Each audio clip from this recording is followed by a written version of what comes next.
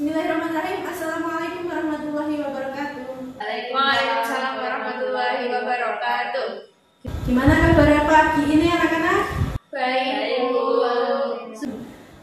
Kita mulai pembelajaran hari ini dengan berdoa bersama-sama. Silakan ketua kelasnya Mbak Anissa dipimpin.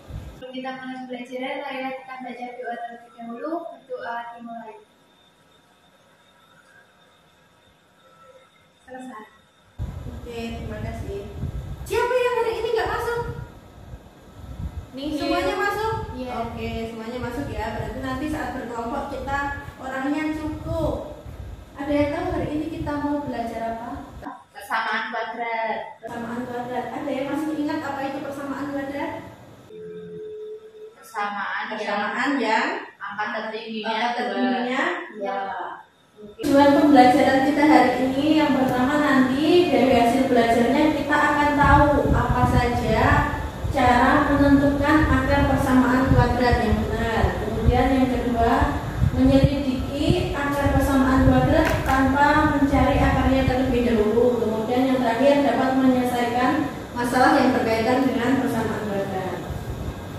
Oke, ada yang tahu mengapa kita perlu belajar persamaan kuadrat?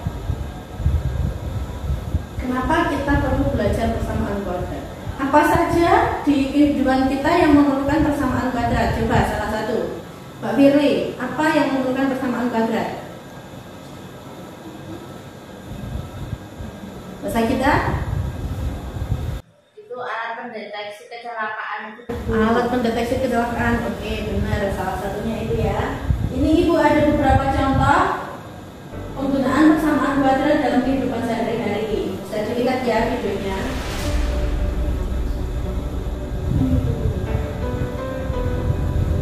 Basket menggunakan persamaan kuadrat. Lalu sistem pesawat juga menggunakan persamaan kuadrat. Selanjutnya, peluru di militer supaya tepat yang kita bom juga menggunakan persamaan kuadrat. Tapi itu tidak menyarankan untuk ngebom ya.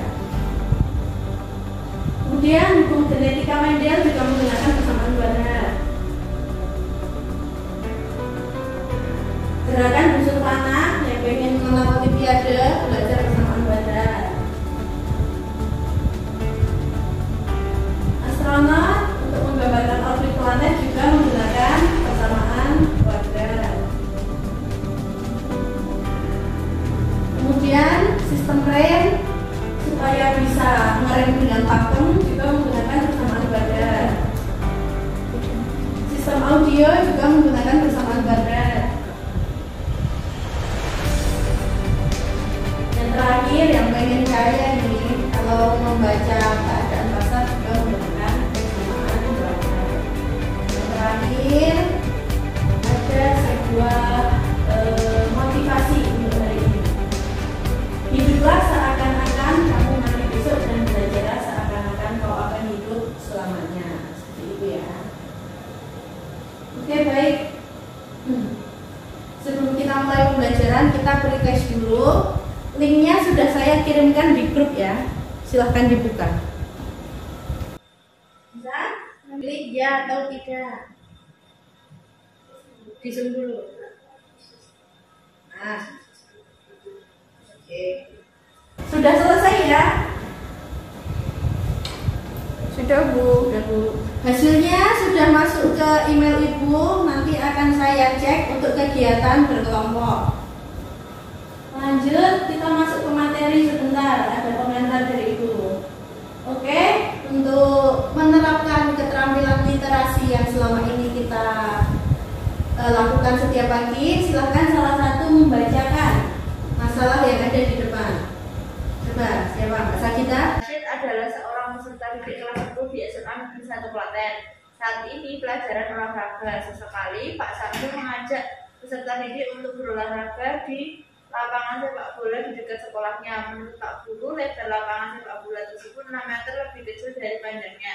Jika luas lapangan 216 meter persegi, berapa jarak yang telah ditempuh Rashid dan teman-temannya jika berlari 2 putaran? Oke, jadi Rashid akan keliling lapangan, sedangkan lapangannya hanya diketahui jaraknya itu adalah panjangnya 6 meter lebih, lebarnya 6 meter lebih kecil dari panjangnya, seperti itu ya.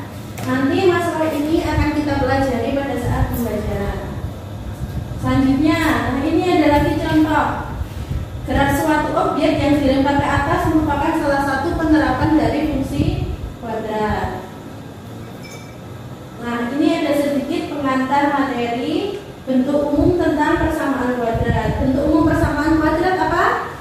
AX kuadrat plus BX plus C sama dengan 0. Di mana A itu adalah Koefisien dari X kuadrat, B koefisien dari X, C konstanta, dan X variabel. Oke, sampai di sini sudah paham?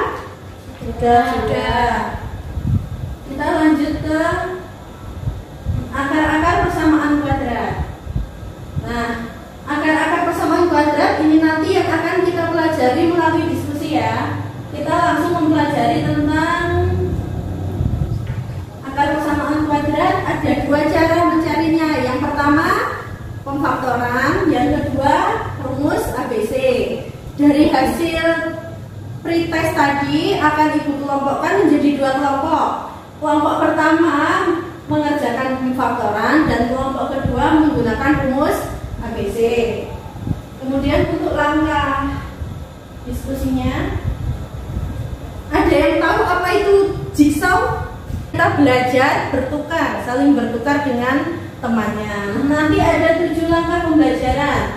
Yang pertama membentuk kelompok asal. Kelompok asal itu nanti mempelajari materi pemfaktoran atau rumus ABC. Kemudian setelah mempelajari materi, diskusi kelompok ahli. Jadi nanti ditukar kelompok yang pemfaktoran dan kelompok yang rumus ABC, salah satunya berpindah tempat. Kemudian nanti intinya menimba ilmu, mencari ilmu kepada yang lebih ahli. Nah, setelah mencari ilmu, kembali ke kelompok awal. Kembali ke kelompok awal, menjelaskan ke temannya ilmu yang didapat tadi apa, dijelaskan ke temannya.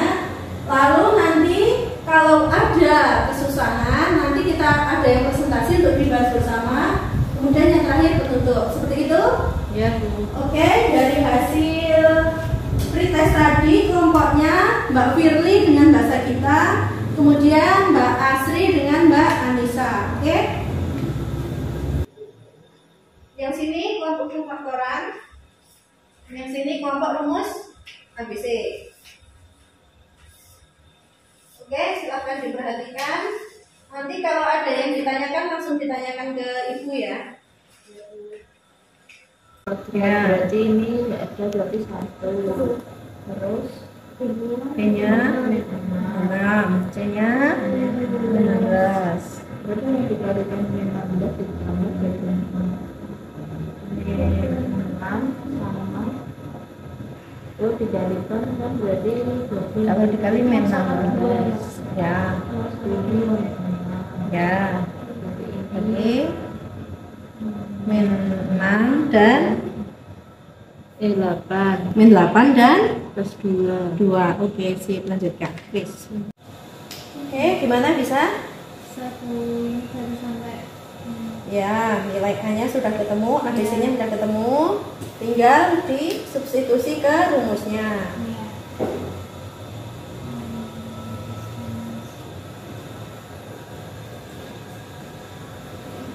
Oke, silakan dilanjutkan. Diskusi kelompok asal sudah selesai? Sudah. Kalau sudah, silahkan sekarang bertukar. Dari kelompok asal, salah satu berpindah ke kelompok sehingga menjadi kelompok ahli. Nanti tugasnya menjelaskan kepada kelompok satunya secara bergantian ya, sampai temennya paham. Yang pertama pemfaktoran dulu. Kelompok asal pemfaktoran menjelaskan kepada kelompok satunya. Silahkan dijelaskan.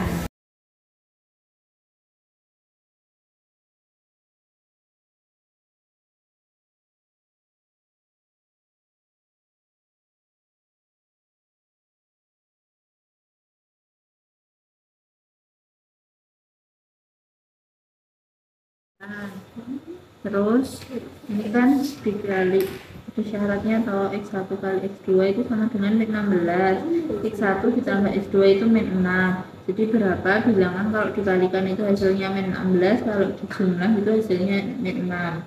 Terus kita peroleh negatif 8 sama 2. Ya, kita tinggal difaktorin di sama dengan 0 atau membuat 0.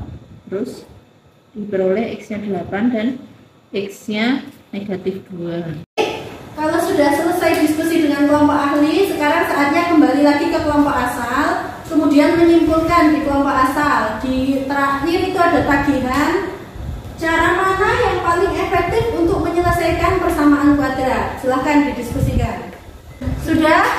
Sudah. Coba kelompok 1 disampaikan cara mana yang lebih efektif. Kalau menurut kelompok kita itu pemfaktoran yang lebih efektif karena caranya lebih cepat. Kalau dari kelompok 2, cara yang lebih efektif? Kalau menurut kita cara yang lebih efektif itu rumus ABC, Bu. Di situ memang terkesan panjang, tetapi ketika nanti D-nya dihasilkan negatif, kita tetap bisa mencari X1 atau X2-nya. Jadi kelompok 1 menyimpulkan lebih mudah dengan pemfaktoran, sedangkan kelompok 2 menyimpulkan lebih mudah dengan rumus ABC. Semuanya benar, tidak ada yang salah, tergantung dari permintaan soal. Kalau soalnya angkanya terlalu rumit, kita bisa menggunakan rumus ABC. Tapi kalau mudah untuk difaktorkan, menggunakan pemfaktoran. Oke, sampai di sini ada yang mau bertanya lagi? Sudah paham semuanya? Oke, kalau sudah paham kita lanjut ke penugasan. Saatnya berlatih ya. Untuk tugasnya, untuk tugas post-test sudah saya kirimkan link di grup kelas, silahkan dicek, nanti dikerjakan, kemudian difoto, dikirim ke WhatsApp Ibu ya. Iya, Bu. Oke. Kesimpulan, apa yang bisa kita simpulkan hari ini? Coba bahasa kita, apa itu persamaan kuadrat? Persamaan kuadrat adalah Persamaan kuadrat adalah sebuah persamaan yang memiliki satu variabel dengan pangkat tertinggi 2. variabelnya 1 dan pangkat tertingginya 2. Bukan pangkat tertinggi, tapi pangkatnya harus 2. Persamaan kuadrat dapat diselesaikan dengan 2 cara. Apa saja itu, Mbak Safitri? Dengan pemfaktoran dan rumus ABC. Baik, pemfaktoran dan rumus ABC. Terakhir, cara yang lebih efektif cara apa, Mbak Firly? Cara pemfaktoran Atau tergantung apa? tergantung soal. Tergantung dari soal yang diberikan. Baik, terima kasih. Itu kesimpulan pembelajaran kita hari ini. Untuk refleksi, Ibu kirimkan juga dikirimkan linknya di grup kelas ya. Nanti silahkan dikirimkan ke Ibu refleksinya bagaimana. Tapi sebelumnya saya minta satu orang untuk merefleksi pembelajaran hari ini. Apakah materinya paham atau belum dan proses pembelajarannya seperti apa, gitu ya. Coba Mbak Asri, gimana pembelajaran hari ini? Ya, saya memahami apa yang dijelaskan oleh Ibu, kemudian pembelajarannya juga sangat menyenangkan bagi saya dan cukup berkesan. Oke, terima kasih ya.